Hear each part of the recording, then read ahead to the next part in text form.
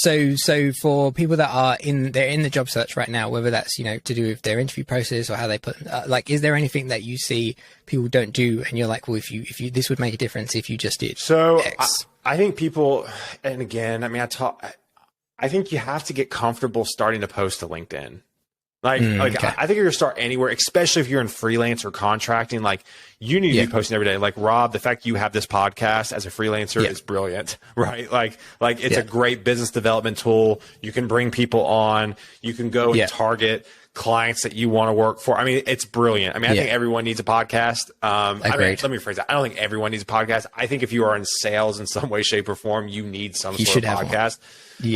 But I think even just blogging, what you're learning is great. I think one of the ways my communication, I've really improved my communication skills over the last year because I've blogged.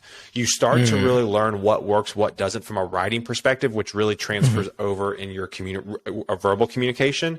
The one thing that's really challenged me to communicate better is Twitter. I tell you what, you actually want to get better at communicating and being very precise, start tweeting every day and try to cram everything in 280 characters. It's tough. It's real tough. So I think every individual should post at least once a day on LinkedIn. I think people should be networking way more than they do, sliding into DMs.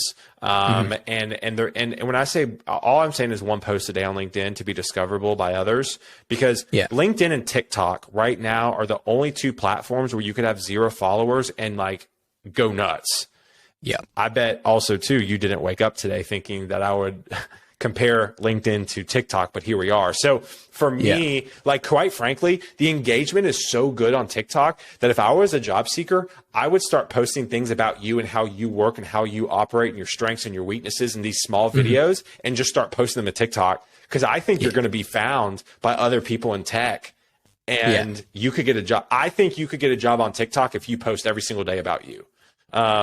So that's what people don't do. People are just sitting at home. It's kind of the whole joke about finding your true love, but you're an introvert and you never go outside. So you just hope they break into your house. You know what I'm saying? It's the same thing. If you're not putting out content and you're not putting yourself out there, whether it's you're not being involved in the community, you're not going to meetups, you're not going to conferences.